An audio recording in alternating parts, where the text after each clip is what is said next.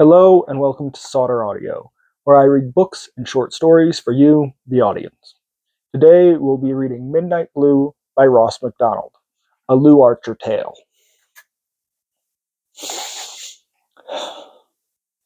It had rained in the canyon during the night. The world had the colored freshness of a butterfly just emerged from the chrysalis stage and trembling in the sun. Actual butterflies danced in flight across free spaces of air or played a game of tag without any rules among the three branches. At, its, at this height, there were giant pines among the eucalyptus trees. I parked my car where I usually parked it, in the shadow of the stone building just inside the gates of an old estate. Just inside the post, that is, the gates that had long since fallen from their rusted hinges. The owner of the country house had died in Europe, and in the place had stood empty since the war. It was one reason I came here on the occasional Sunday, when I wanted to get away from the Hollywood rat race. Nobody lived within 2 miles. Until now, anyway. The window of the gatehouse overlooking the drive had been broken the last time that I'd noticed it. Now it was patched up with a piece of cardboard. Through a hole punched in the middle of that cardboard, bright emptiness watched me. Human eyes, bright emptiness. "Hello," I said. A grudging voice answered, "Hello." The gatehouse door cracked open, and a white-haired man came out. A smile sat strangely on his ravaged face. He walked mechanically, shuffling in the leaves, as if his body was not at home in the world. He wore faded denims, through which his clumsy muscles bulged like animals in a sack. His feet were bare. I knew when he came up to me that he was a huge old man, a head taller than I and a foot wider. His smile was not a greeting or any kind of smile that I could respond to. It was the stretched, blind grimace of a man who lived in a world of his own, a world that did not include me. "Get out of here. I don't want trouble. I don't want nobody messing around." "No trouble," I said. "I come up to do a little target shooting. I probably have as much right here as you have." His eyes widened. They were as blue and empty as holes in his head through which I could see the sky. "Nobody has a right to be here as I have. I lifted up mine eyes up unto the hills, and the voice spoke, and I found sanctuary. Nobody's going to force me out of my sanctuary." I could feel the short hairs bristling on the back of my neck. Though my instincts didn't say so, he was probably a harmless nut. I tried to keep my instincts out of my voice. "I won't bother you. You don't bother me. That should be fair enough." "You bother me just being here. I can't stand people. I can't stand cars. And this is twice in 2 days you come up harrying me and harassing me." "I haven't been here for a month." "You an Anais liar." His voice whined like a rising wind. He clenched his knobbed fist and shuddered on the verge of violence. "Calm down, old man," I said. "There's room in the world for both of us." He looked around at the high green world as if the words had snapped him out of a dream. "You're right," he said in a different voice. "I have been blessed, and I must remember to be joyful. Creation belongs to all of us poor creatures." His smiling teeth were long, and had a yellow as an old horse. His roving glance fell on my car. "And it wasn't you who came up here last night. It was a different automobile. I remember." He turned away, muttering something about washing his socks, and dragged his horny feet back into the gatehouse. I got my targets, pistol, and ammunition out of the truck, and locked the car up tight. The old man watched me through his peephole, but he didn't come out again. Below the road, in the wild canyon, there was an open meadow backed by a sheer bank, which was topped by a crumbling wall of the estate. It was my shooting gallery. I slid down in the wet grass of the bank and tacked a target on an oak tree, using the butt of my heavy-framed .22 as a hammer. While I was loading it, something caught my eye, something that glinted red, like a ruby among the leaves. I stooped to pick it up and found that it was attached. It was a red enameled fingernail on the tip of a white hand. The hand was cold and stiff. I let out a sound that must have been as loud in the stillness. A jaybird erupted from the manzanita, sailed up to a high limb of the oak, and yelled out curses at me. A dozen chickadees flew out of the oak and settled in another at the far end of the meadow. Panting like a dog, I scraped away the dirt and the wet leaves that had been loosely piled over the body. It was the body of a girl wearing a midnight blue sweater and a skirt. She was blonde, about 17. The blood had congested her face and made her look old and dark. The white rope with which she had been garroted was sunk almost out of sight in the flesh of her neck. The rope was tied at the nape in what is called a granny's knot, the kind of knot that any child can tie. I left her where she lay and climbed back up to the road on trembling knees. The grass showed traces of the track of her body had made, where someone had dragged it down to the bank. I looked for tire marks on the shoulder of the road and in the rutted, impacted gravel of the road. If there had been any, the rain had washed them out. I trudged up the road to the gatehouse and knocked on the door. It creaked inward under my hand. Inside there was nothing alive but the spiders that had webbed the low, black beams. A dustless rectangle in front of the stone fireplace showed where a bedroll had lain. Several blackened tin cans had evidently been used as cooking utensils. Gray embers lay on the cavernous hearth. Suspended above it from a spike in the mantel was a pair of white cotton worn socks. The socks were wet. Their owner had left in a hurry. It wasn't my job to hunt him. I drove down the canyon to the highway, and along it for a few miles to the outskirts of the nearest town. There was a drab green box of a building with a flag in front of it, housed the highway patrol. Across the highway was a lumberyard, deserted on Sunday. Too bad about Ginny, the dispatcher said when she had radioed the local sheriff. She was a 30-ish brunette with fine black eyes and dirty fingernails. She had on a plain white blouse, which was full of her. Did you know Ginny? My younger sister knows her. They went to high school together. It's an awful thing when it happens to a young girl like that. I knew she was missing. I got the report when I came on at 8. But I kept hoping that she was just off on a lost weekend. Like, now there's nothing to hope for, is there? Her eyes widened with a liquid feeling. Poor Ginny, and poor Mr. Green. Her father? That's right.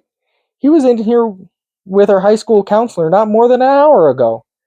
I hope he doesn't come back right away. I don't know what to. I don't want to be the one that has to tell him. How long has the girl been missing? Just since last night. We got the report here about 3 a.m., I think.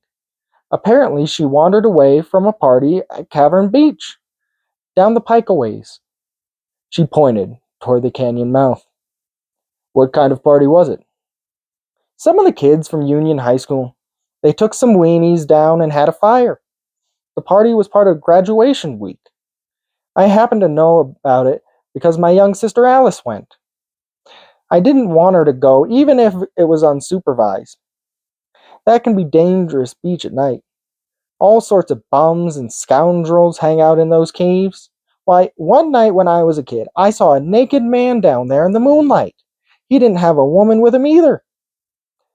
She caught drift of her words, did a slow blush, and checked her loquacity. I leaned on the plywood counter between us.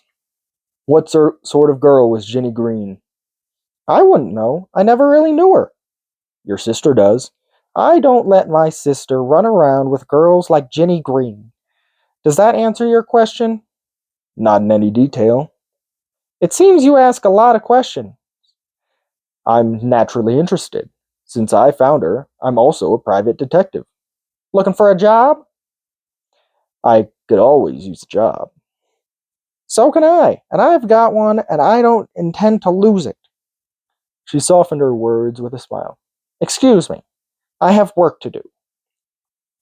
She turned to her shortwave and sent on a message to the patrol cars that Virginia Green had been found. Virginia Green's father heard it as he came in the door. He was a puffy, gray-faced man with red-rimmed eyes. Striped pajama bottoms showed below the cuffs of his trousers. His shoes were muddy, and he walked as if he had been walking all night. He supported himself on the edge of the counter, opening and shutting his mouth like a beached fish. Words came out, half strangled by shock. I heard you say she was dead, Anita. The woman raised her eyes to his. Yes, I'm awfully sorry, Mr. Green. He put his face down on the counter and stayed there like a penitent, perfectly still. I could hear a clock somewhere, snipping off seconds, and in the back of the room the LA police signals like muttering voices coming in from another planet. Another planet very much like this one, where violence measured out the hours. It's my fault, Mr. Green said to the bare wood under his face. I didn't bring her up properly. I haven't been a good father. The woman watched him with dark and glistening eyes, ready to spill. She stretched out an innocuous hand to touch him, pulled her hand back in embarrassment when a second man came into the station. He was a young man with crew-cut brown hair, tanned and fit-looking in a Hawaiian shirt. Fit-looking, except for the glare of sleepiness in his eyes and the anxious lines around them. What is it, Miss Brocco? What's the word? Word is bad. She sounded angry. Somebody murdered Jenny Green. This man here is a detective, and he just found her body up in Trumbull Canyon. The young man ran his fingers through his short hair and failed to get a grip on it, or on himself. My God, that's terrible. Yes, the woman said. You were supposed to be looking after her, weren't you? They glared at each other across the counter. The tips of her breasts pointed at him through her blouse like accusing fingers. The young man lost the glaring match. He turned to me with a wilted look. My name is Connor, Franklin Connor, and I'm afraid I'm very much to blame in this. I'm a counselor at the high school, and I was supposed to be looking after the party, as Miss Brocco said. Why didn't you? I didn't realize. I mean, I thought they were all perfectly happy and safe. The boys and girls had pretty well paired off around the fire. Frankly, I rather felt out of place. They aren't children, you know. They were all seniors, they had cars, so I said goodnight and walked home along the beach. As a matter of fact, I was hoping for a phone call from my wife. What time did you leave the party? Must have been nearly 11. The ones who had paired off had gone home. Who did Jenny Green pair off with? I don't know. I'm afraid I wasn't paying too much attention to the kids. It's graduation week, and I've had a lot of problems. The father, Green, had been listening with changing face. In a sudden yammering rage, his impulsive grief and guilt exploded outward. It's your business to know. By God, I'll have your job for this. I'll make it my business to run you out of town. Connor hung his head and looked at the stained tile floor. There was a thin spot in his short brown hair, and his scalp gleamed through it like a bare white bone.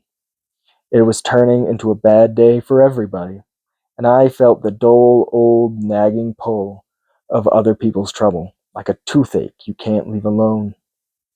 The sheriff arrived, flanked by several deputies and an HP sergeant. He wore a western hat and a rawhide tie with a blue gabardine business suit, which together produced a kind of gun smog effect. His name was Parasol. I rode back up the canyon right in the right front seat of Parasol's black Buick, filling him in on the way.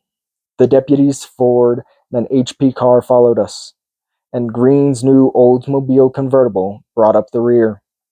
The sheriff said, "The old guy sounds like a loony to me. He's a loner, anyway. You never can tell about them hobos. That's why I give my boys instructions to roust 'em. Well, looks like an open and shut case." "Maybe. Let's keep our minds open anyway, Sheriff." "Sure, sure. But the old guy went on the run. That shows consciousness of guilt. Don't worry. We'll hunt him down. I got my men that know these hills like you know your wife's geography." "I'm not married." "Your girlfriend's, then." He gave me a sideways leer that was no gift. "And if we don't find him on foot, we'll use the air squadron." "You have an air squadron?" "Volunteers, mostly local ranchers." "We'll get him." His tires squealed on a curve. "Was the girl raped?" "I didn't try to find out. I'm not a doctor. I left her as she was." The sheriff grunted. "You did the right thing at that." Nothing had changed in the high meadow. The girl lay waiting to have her picture taken. It was taken many times, from several angles. All the birds flew away. Her father leaned on a tree and watched them go. Later, he was sitting on the ground. I volunteered to drive him home. It wasn't pure altruism. I'm incapable of that. I said I had turned his Oldsmobile. "Why did you say it was your fault, Mr. Green?" He wasn't listening. Below the road, 4 uniformed men were wrestling a heavy, covered aluminum stretcher up the steep bank. Green watched them as he had watched the departing birds, until they were out of sight around a curve. "She was so young," he said to the back seat. I waited and tried again. "Why did you blame yourself for her death?" He roused himself from his daze. "Did I say that?" "In the highway patrol office you said something of the sort." He touched my arm. "I didn't mean I killed her." "I don't think you meant that. I am interested in finding out who did." "Are you a cop? A policeman?" "I have been." "You're not with the locals?" "No, I happen to be a private detective from Los Angeles. The name is Archer." He sat and pondered this information. Below and ahead, the summer sea brimmed up to the mouth of the canyon. "You don't think the old tramp killed her in?" Green said. "It's hard to figure out how he could have. He's a strong-looking old buzzard, but he couldn't have carried her all the way up from the beach. And she wouldn't have come along with him of her own accord." There was a question, in a way. "I don't know," her father said. "Jenny was a little wild. She'd do a thing because it was wrong, because it was dangerous. She hated to turn down a dare, especially from a man." "There were men in her life?" "She was attracted to men. You saw her, even as she is." He gulped. "Don't get me wrong. Jenny was never a bad girl. She was a little headstrong, and I made mistakes. That's why I blame myself." "What sort of mistakes, Mr. Green?" "All the usual ones, and some I made up on my own." His voice was bitter. "Jenny didn't have a mother, you see. Her mother left me years ago, and it was as much my fault as hers. I tried to bring her up myself. I didn't give her proper supervision. I run a restaurant in town, and I don't get home nights till after midnight. Jenny was pretty much on her own since she was in grade school. We get along fine when I was there, but I usually wasn't there. The worst mistake I made was letting her work at the restaurant over the weekends. That started about a year ago. She wanted the money for clothes, and I thought the discipline would be good for her. I thought I could keep an eye on her, but it didn't work out. She grew up too fast, and the night work played hell with her studies. I finally got the word from the school authorities. I fired her a couple of months ago, but I guess it was too late. We haven't been getting along too well since Mr. Connor said she resented my indecision, that I gave too much responsibility and then I took it away again. You talked it over with Mr. Connor? More than once, including last night. He was our academic counselor and he was concerned about her grades. We both were. Jenny finally pulled through after all, thanks to him. She's going to graduate. Not that it matters now, of course. Green was silent for a time. The sea expanded below us like a second blue dawn. I could hear the roar of the highway. Green touched my elbow again, and as if he needed human contact. I ought to have blown my top at Connor. He's a decent boy. He means well. He gave my daughter hours of free tutoring this last month, and he's got troubles of his own, like he said. What troubles? I happen to know his wife left him, same as mine. I shouldn't have borne down so hard on him. I have a lousy temper. Always have had. He hesitated, then blurted out as if he had found a confessor. I said a terrible thing to Jenny at supper last night. She always has supper with me at the restaurant. I said if she wasn't home when I got home last night, I'd wring her neck. And she wasn't home, I said. And somebody had run her neck. I didn't say.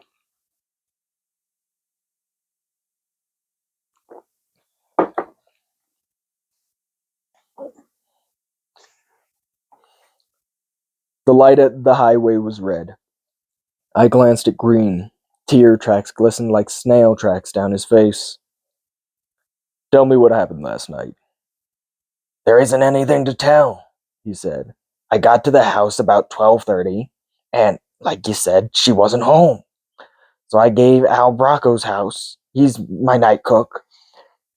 And I knew his youngest daughter, Alice, was at the moonlight party on the beach. Alice was home all right. Did you talk to Alice? She was in bed asleep. Al woke her up, but I didn't talk to her. She told him she didn't know where Ginny was. I went to bed, but I couldn't sleep. Finally, I got up and called Mr. Connor. That was about 1:30, I thought. I should get in touch with the authorities. But he said no. Ginny had enough black marks against her already. He came over to the house, and we waited for a while, and then we went down to Cavern Beach. There was no trace of her. I said it was time to call in the authorities, and he agreed. We went to the beach house because it was nearer and called the sheriff's office from there. We went back to the beach with a couple of flashlights and went through the caves. He stayed with me all night. I give him that. Where are the caves? We'll pass them in a minute. I'll show you if you want, but there's nothing in front of the three of them. Nothing but shadows and empty beer cans, the odor of rotting kelp. I got sand in my shoes and sweat under my collar. The sun dazzled my eyes when I half walked, half crawled from the last cave. Green was waiting beside a heap of ashes. This is where they had the weenie roast, he said. I kicked the ashes. A half-burned sausage rolled along the sand. Sand fleas hopped in the sun like fat on a griddle. Green and I faced each other over the dead fire. He looked out to sea. A seal's face floated like a small black nose cone beyond the breakers. Farther out, a water skier slid between unfolding wings of spray. Away up the beach, two people were walking towards us. They were small and lonely and distinct as Chirico figures in the long white distance. Green squinted against the sun. Red-rimmed or not, his eyes were good. I believe that's Mr. Connor. I wonder who the woman is with him. They were walking as close as lovers, just above the white margin of the surf. They pulled apart when they noticed us, but they were still holding hands as they approached. It's Mr. Connor, Green said in his low voice. I thought you said she left him. That's what he told me last night. She took off with him a couple weeks ago. Couldn't stand high school teachers' hours. She must have changed her mind. She looked as though she had a mind to change. She was a hard-faced blonde who walked with like a man. A certain amount of style took the curse off her stiff angularity. She had on a Madras shirt, mannishly cut, and a pair of capri pants that hugged her long, slim legs. Connor looked at us in complex embarrassment. I thought it was you from a distance, Mr. Green. I don't believe you know my wife. I've seen her in my place of business, he explained to the woman. I run the Highway restaurant in town. How do you do? She said aloofly, then added in an entirely different voice. You're Virginia's father, aren't you? Sorry. The words sounded queer. Something, perhaps it was the surroundings. The ashes on the beach, the entrances to the caves, the sea, the empty sky which dwarfed us all. Green answered her solemnly. Thank you, ma'am. Mr. Connor was a strong right arm to me last night, I can tell you. He was apologizing, and Connor responded, Why don't you come to our place for a drink? It's just down the beach. You look as if you could use one, Mr. Green.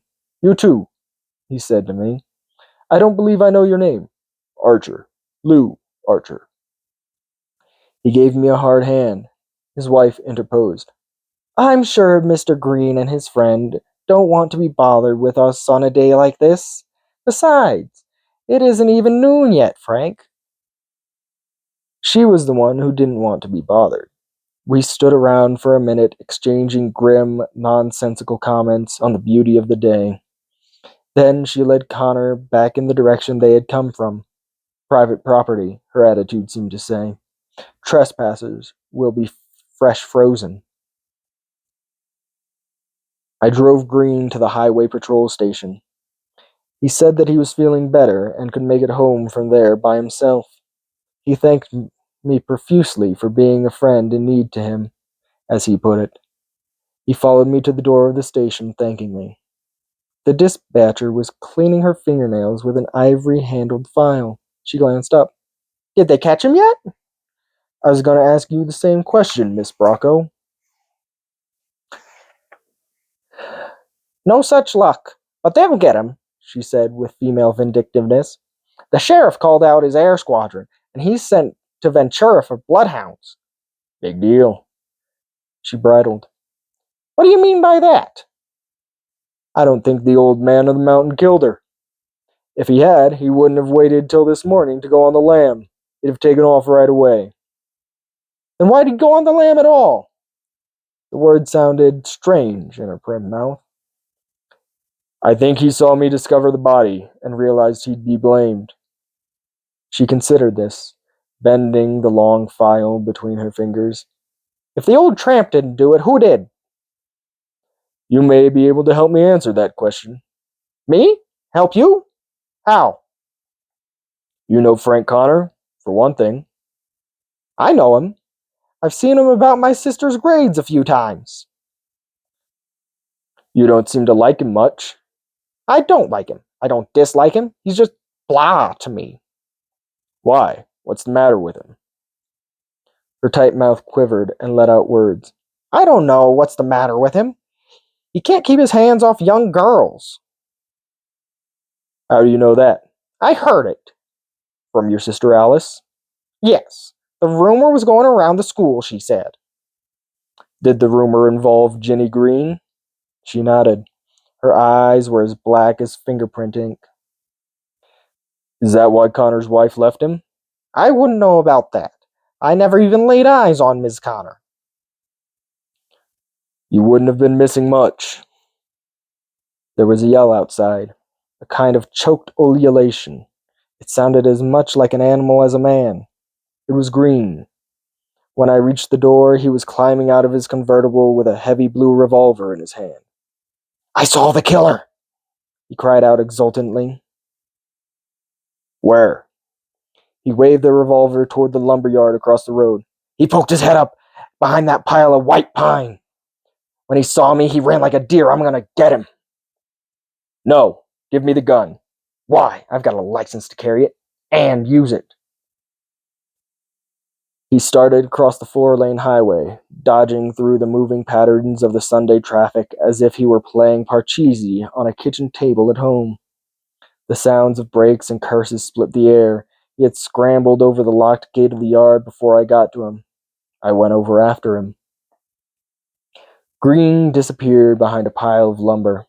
I turned the corner and saw him running halfway down a long aisle walled with stacked wood and floored with beaten earth. The old man of the mountain was running ahead of him. His white hair blew in the wind of his own movement. A burlap sack bounced on his shoulders like a load of sorrow and shame. Stop, or I'll shoot, Green cried. The old man ran on as if the devil himself were after him. He came to a cyclone fence, discarded his sack, and tried to climb it. He almost got over. 3 strands of barbed wire were along the top of the fence, caught him, and held him struggling. I heard a tearing sound, and then the sound of a shot. The huge old body, espaliered on the fence, twitched and went limp, fell heavily to the earth. Green stood over him, breathing through his teeth. I pushed him out of the way. The old man was alive, though there was blood in his mouth. He spat it onto his chin when I lifted his head. You shouldn't ought to have done it. I came to turn myself in, then I got scared. Why were you scared? I watched you uncover the little girl in the leaves. I knew I'd be blamed. I'm one of the chosen. They always blamed the chosen. I've been in trouble before. Trouble with girls?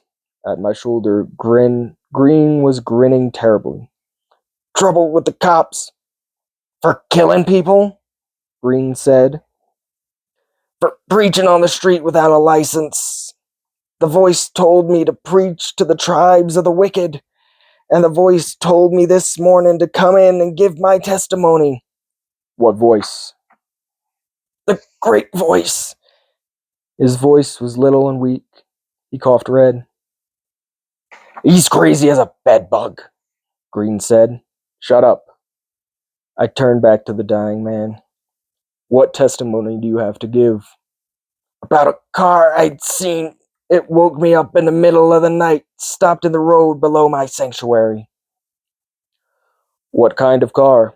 I don't know cars. I think it was one of them foreign cars. It made a noise to wake the dead. Did you see who was driving it? No, I didn't go near. I was scared. What time was his car in the road? I don't keep track of time. The moon was down behind the trees. Those were his final words. He looked up at the sky with his sky-colored eyes, straight into the sun. His eyes changed color. Green said, Don't tell him. If you do, I'll make a liar out of you. I'm a respected citizen in this town. I got business to lose, and they'll believe me ahead of you, mister. Shut up. He couldn't. The old fellow's lying anyway. You know that. You heard him say yourself that he heard voices. That proves he's a psycho. He's a psycho killer. I shot him down like you would a mad dog, and I did it right. He waved the revolver. You did wrong, Green, and you know it. Give me the gun before it kills somebody else. He thrust it into my hand suddenly. I unloaded it, breaking my fingernails in the process, and handed it back to him empty. He nudged up against me. Listen, maybe I did do wrong. I had provocation. It doesn't have to get out. I got a business to lose. He fumbled in his hip pocket and brought out a thick sharkskin wallet. Here, I can pay you with good money. You say that you're a private eye? You know how to keep your lip buttoned? I walked away and left him blabbering beside the body of the man he had killed. They were both vicious, in a sense, but only one of them had blood on his hands. Miss Brocco was in the HP parking lot. Her bosom was jumping with excitement. I heard a shot! Green shot the old man. Dead. You better send in for the meat wagon and call off your bloody dogs. The words hit her like slaps. She raised her hand to her face defensively. Are you mad at me? Why are you mad at me? I'm mad at everybody. You still think he didn't do it?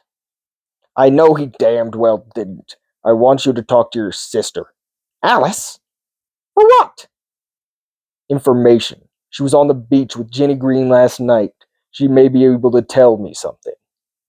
You leave Alice alone. I'll treat her gently. Where do you live? I don't want my little sister dragged into this filthy mess. All I want to know is who Jenny paired off with. I'll ask Alice. I'll tell you. Come on, Miss Brocco. We're wasting time. I don't need your permission to talk to your sister after all. I can get the address out of the phone book if I have to. She flared up and then flared down. You win. We live on Orlando Street 224. That's on the other side of town. You'll have to be nice to Alice, won't you? She's bothered enough as it is about Jenny's death. She really was a friend of Jenny's then? Yes, I tried to break it up, but you know how kids are. Two motherless girls, they stick together. I tried to be like a mother to Alice. What happened to your own mother? Father. She died. A greenish pallor invaded her face and it turned to old bronze. Please, I don't want to talk about it. I was only a kid when she died.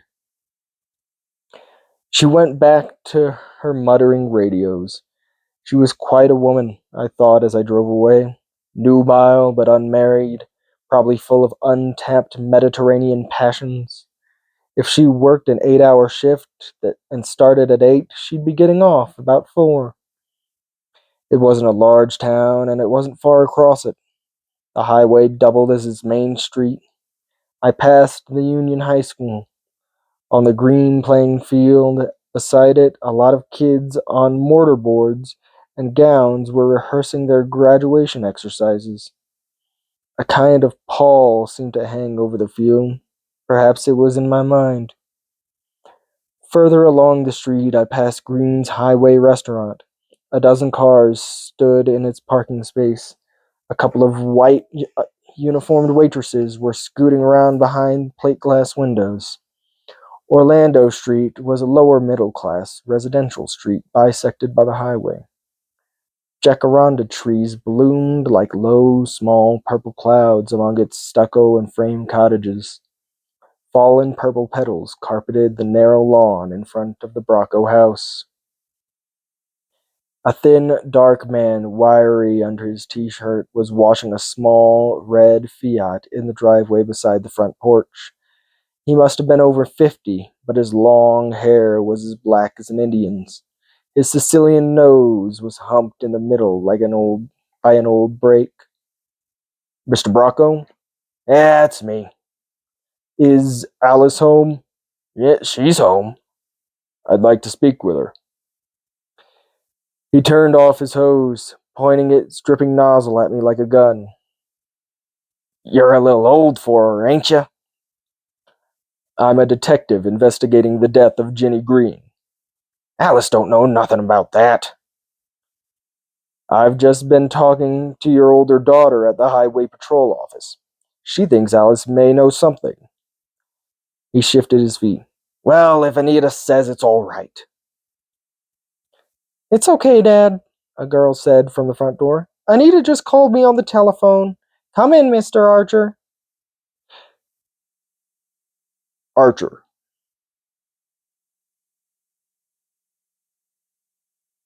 She opened the screen door for me.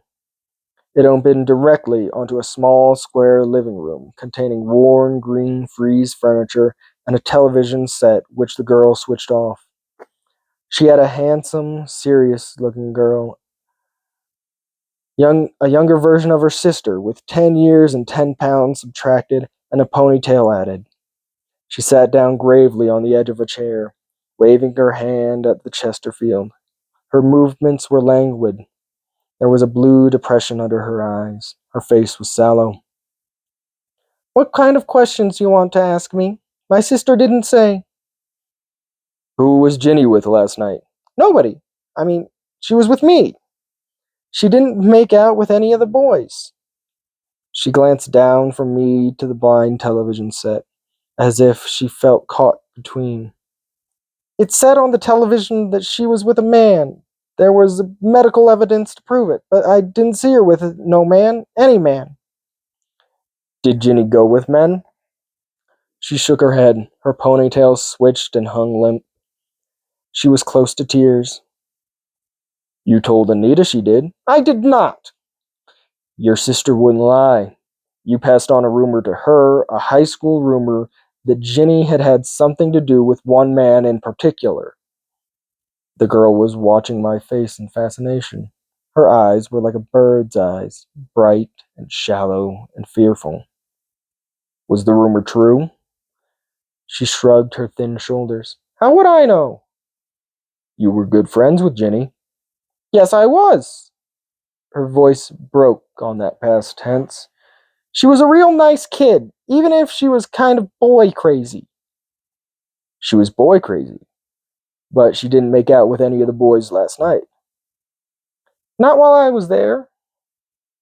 Did she make out with Mr. Connor? No, he wasn't there. He went away. He said he was going home. He lives up the beach. What did Ginny do? I don't know. I didn't notice. You said she was with you. Was she with you all evening? Yes. Her face was agonized. I mean, no. Did Ginny go away too? She nodded. In the same direction Mr. Connor took? The direction of his house? Her head moved almost imperceptibly downward. What time was that, Alice?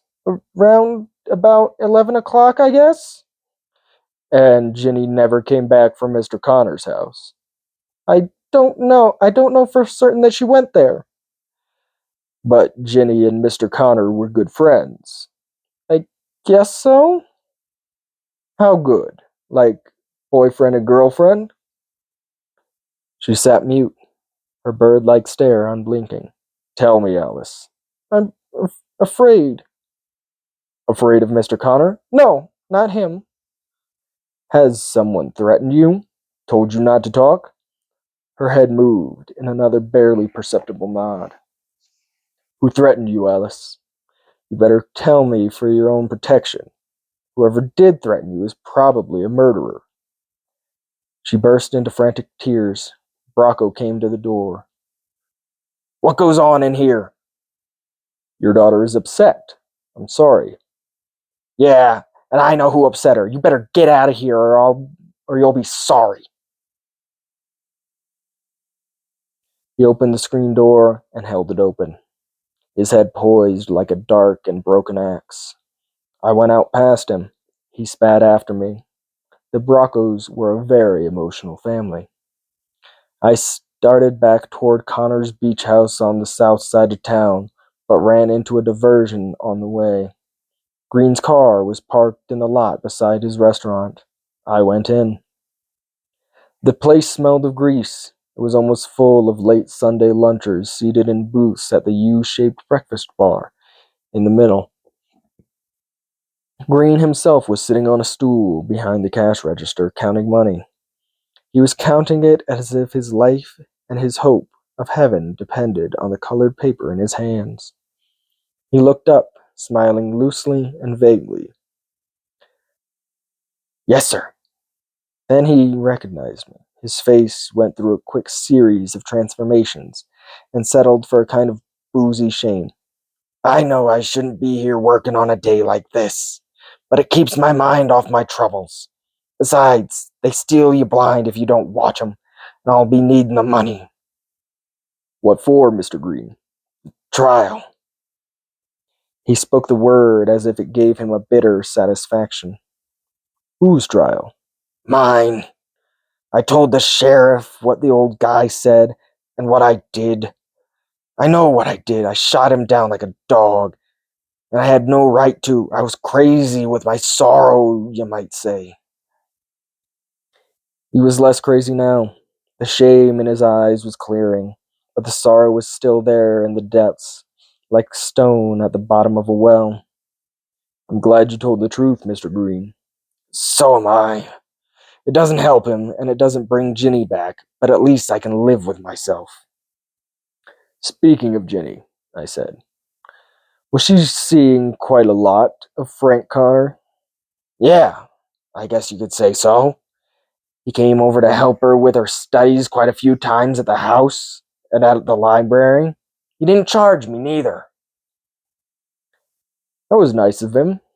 Was Ginny fond of Connor? She sure was. I thought very highly of Mr. Connor. Was she in love with him? In love? Hell, I never thought of anything like that. Why? Did she have dates with Connor? Not to my knowledge, he said.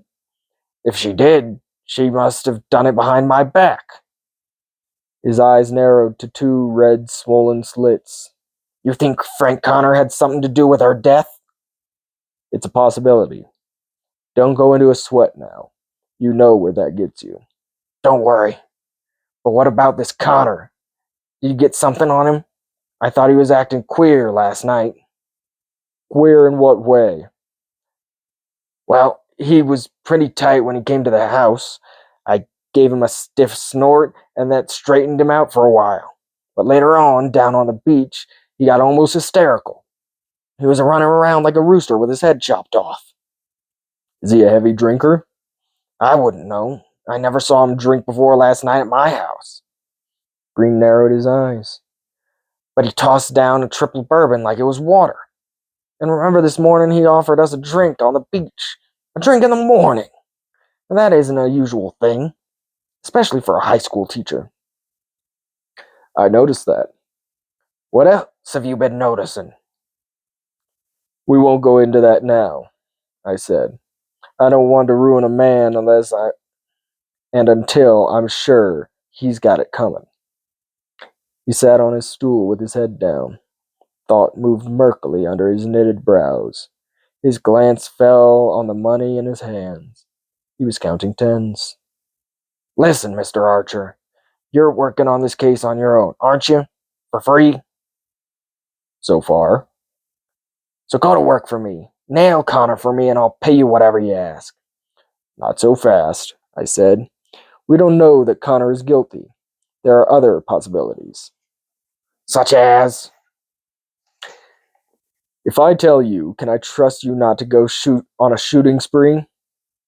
Don't worry, he repeated. I've had that. Where's your revolver? I turned it into Sheriff Pearsall. He asked for it. We were interrupted by a family group getting up from one of the booths. They gave Green their money and their sympathy. When they were out of hearing, I said, You mentioned that your daughter worked here at the restaurant for a while. Was Al Bracco working here at the same time? Yeah. He's been my night cook for 6, 7 years. Al is a darn good cook. He trained as a chef on the Italian line. His mind is slow, punchy with grief. You wouldn't be saying that he messed around with Ginny. I'm asking you.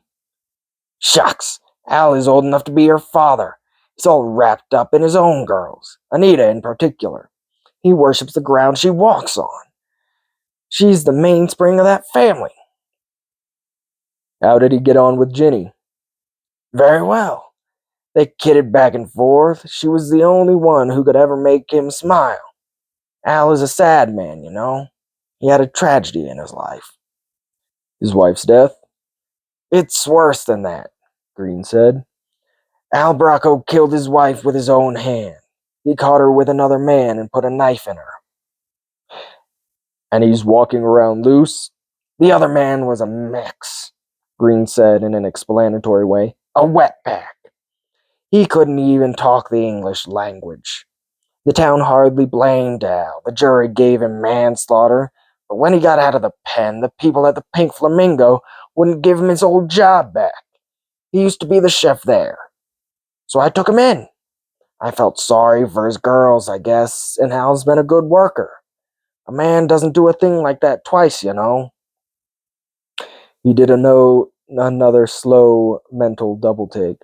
His mouth hung open. Let's hope not. Listen here, he said. You go work for me, eh? You nail the guy, whoever he is. I'll pay you. I'll pay you now. How much you want? I took $150 of his money and left him trying to comfort himself with the rest of it.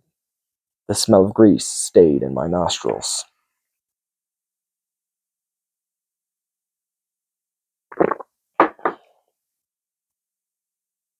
Connor's house clung to the edge of a low bluff about halfway between the HP station and the mouth of the canyon where the thing had begun.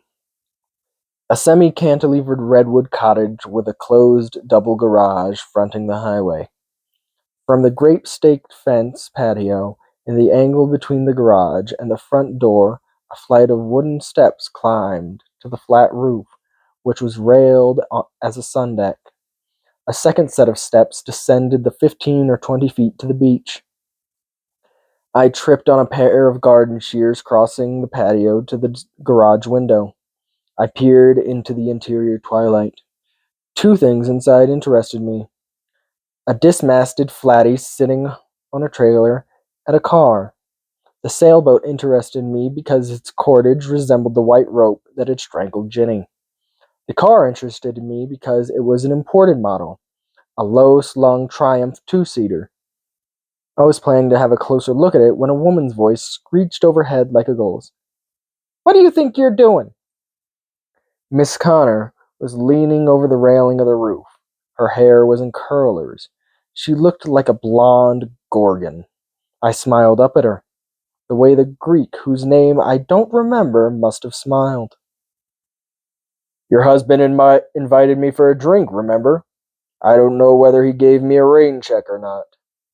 He did not? Go away. My husband is sleeping. Shh. You'll wake him. You'll wake up the people in Forest Lawn. She put her hand to her mouth. From the expression on her face, she seemed to be biting her hand. She disappeared for a moment and then came down the steps with a multicolored silk scarf over her curlers. The rest of her was sheathed in a white satin bathing suit. Against it, her flesh looked like brown wood. You get out of here, she said, or I shall call the police. Fine. Call them. I've got nothing to hide. Are you implying that we have? We'll see. Why did you leave your husband? That's none of your business. I'm making it my business, Miss Connor. I'm a detective investigating the murder of Ginny Green. Did you leave Frank on account of Ginny Green? No. I wasn't even aware. Her hand went to her mouth again. She chewed on it some more. You weren't aware that Frank was having an affair with Ginny Green. He wasn't. So you say. Others say different.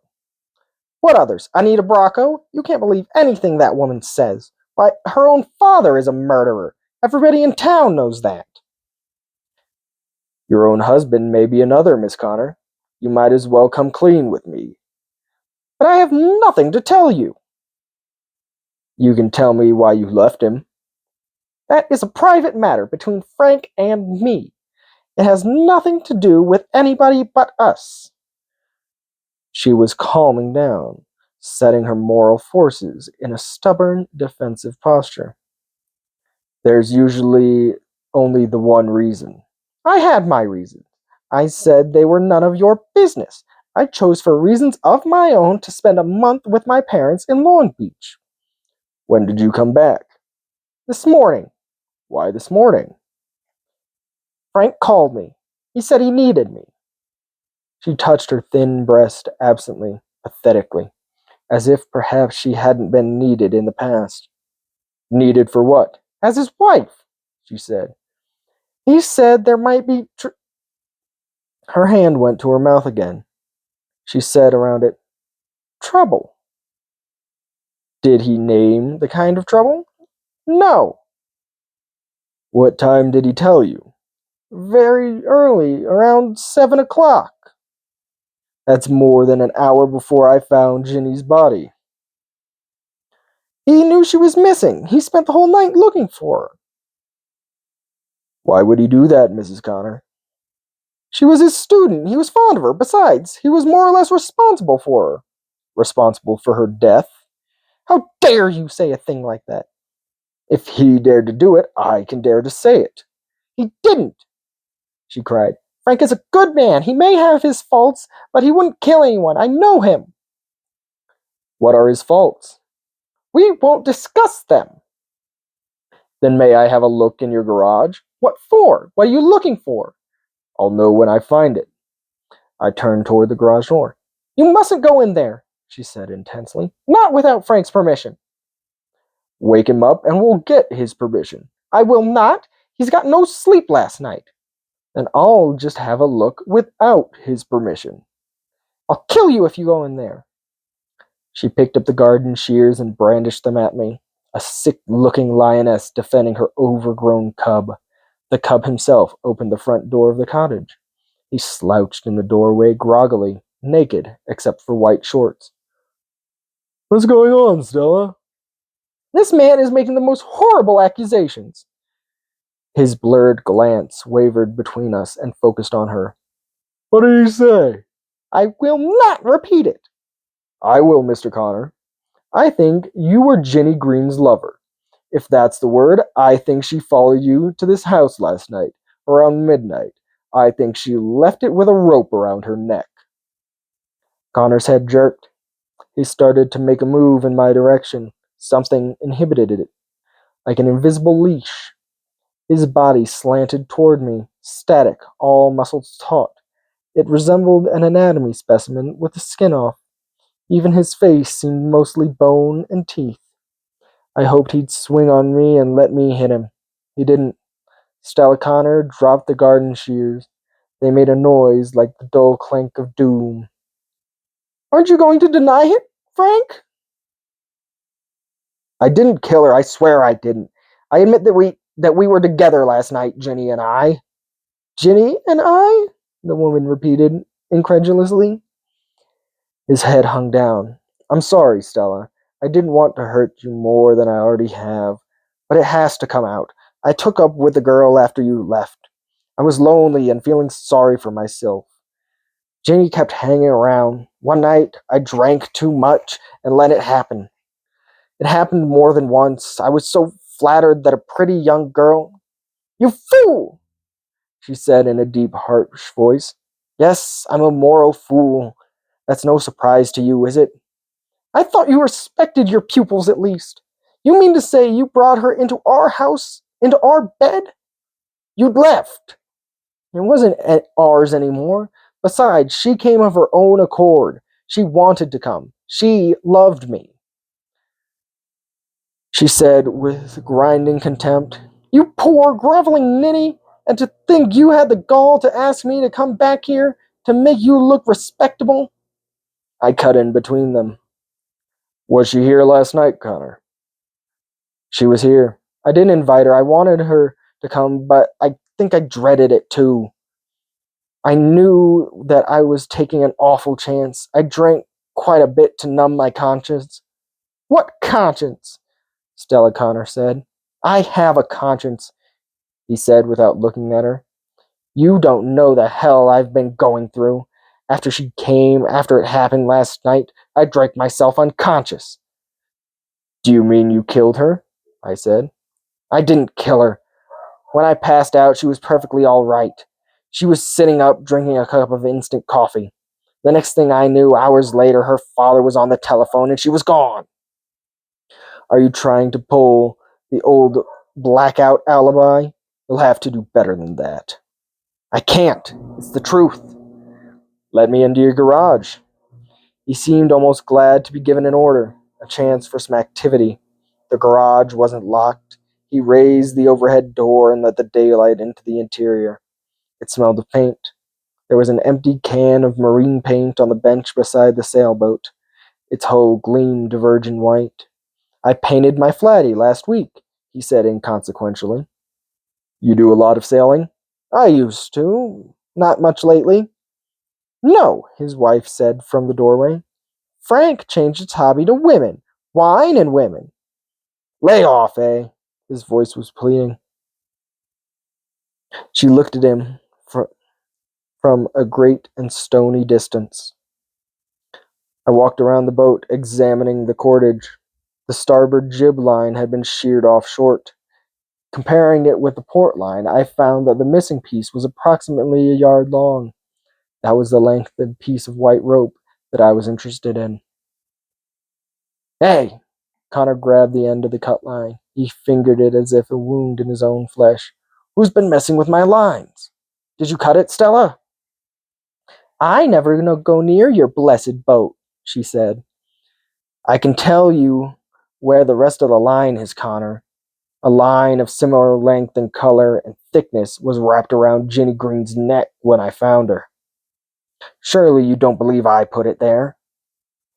I tried to, but I couldn't. Small boat sailors don't cut their jib lines, even when they're contemplating murder. And while Connor was clearly no genius, he was smart enough to have known that that line could easily be traced to him. Perhaps someone else had been equally smart. I turned to Miss Connor.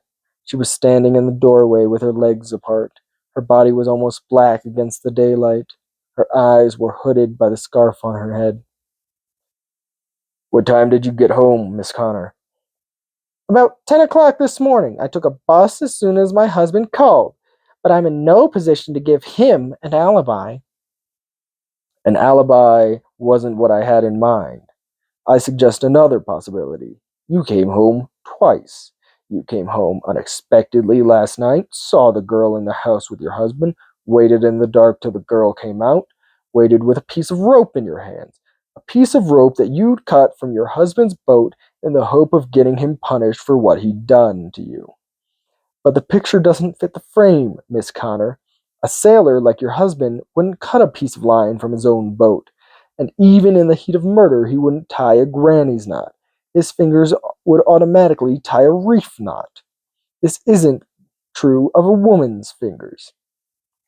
She held herself upright with one long, rigid arm against the door frame. I wouldn't do anything like that. I wouldn't do that to Frank. Maybe you wouldn't do it in daylight, Miss Connor. Things have different shapes at midnight.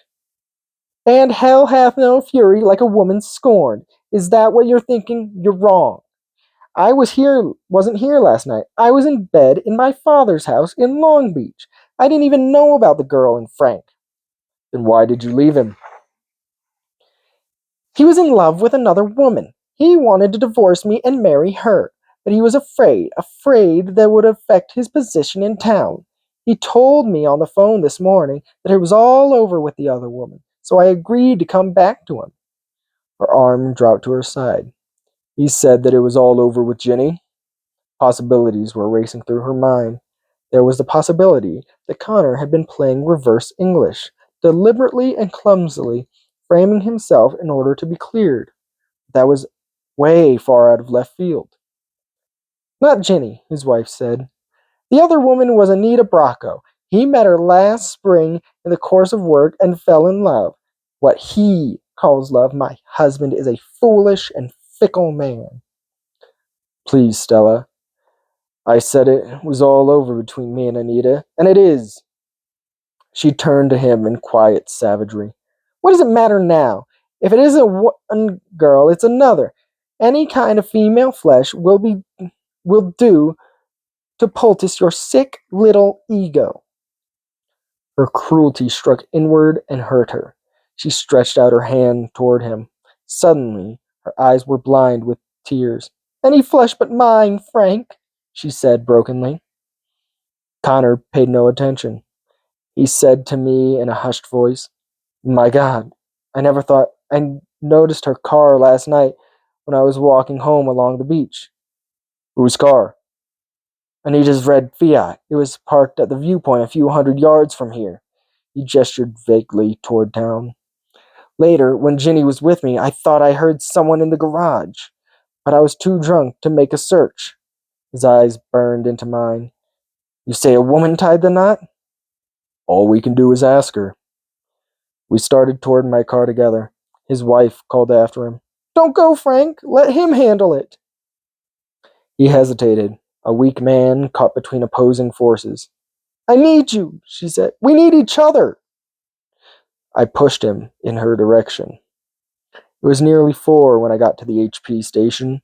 The patrol cars had gathered like homing pigeons for a change in shift. Their uniformed drivers were talking and laughing inside. Anita Bracco wasn't among them. A male dispatcher, a fat-faced man with pimples, had taken her place behind the counter. "Where's Miss Bracco?" I said. "In the ladies' room. Her father is coming to pick her up any minute." She came out wearing lipstick and a light beige coat. Her face turned beige when she saw my face. She came toward me in slow motion, leaned with both hands flat on the counter. Her lipstick looked like fresh blood on a corpse. "You're a handsome woman, Anita," I said. "Too bad about you." "Too bad?" It was a half statement and half a question. She looked down at her hands. "Your fingernails are clean now. They were dirty this morning. You were digging in the dirt and the dark last night, weren't you?" "No." "You were, though. You saw them together and you couldn't stand it. You waited in ambush with a rope and you put it around her neck. Around your own neck, too." She touched her neck. The talk and laughter had subsided around us. I could hear the tick of the clock again and the muttering signals coming from the inner space. "What did you use to cut the rope with, Anita? The garden shears?" Her mouth groped for words and found them. "I was crazy about him. She took him away. It was all over before it started. I didn't know what to do with myself. I wanted him to suffer." "He's suffering. He's gonna suffer more." "He deserves to. He was the only man—" She struggled in a twisted way and looked down toward her breast. "I didn't want to kill her, but when I saw them together, I saw them through the window. I saw her take off her clothes and put them on, and then I thought of the night with my father when there was all the blood in my mother's bed. I had to wash it out of the sheets." The men around were murmuring. One of them, a sergeant, raised his voice. "Did you kill Jenny Green?" "Yes." "Are you ready to make a statement?" I said. "Yes. I'll talk to Sheriff Pearsall. I don't want to talk here, in front of my friends." She looked around doubtfully. "I'll take you downtown." "Wait a minute." She glanced once more at her empty hands. "I left my purse in the back room. I'll go get it." She crossed the office like a zombie, opened the plane door, closed it behind her. She didn't come out. After a while, we broke the lock and went in after. Her body was cramped in the narrow floor. The ivory-handled nail file lay by her right hand. There were bloody holes in her white blouse and in the white breast under it. One of them had gone as deep as her heart. Later, Al Bracco drove up in her red Fiat and came into the station. "I'm a little late," he said to the room in general. "Anita wanted me to give her car a good cleaning. Where is she, anyway?" The sergeant cleared his throat to answer Bracco. "All us poor creatures," as the old man of the mountain had said that morning.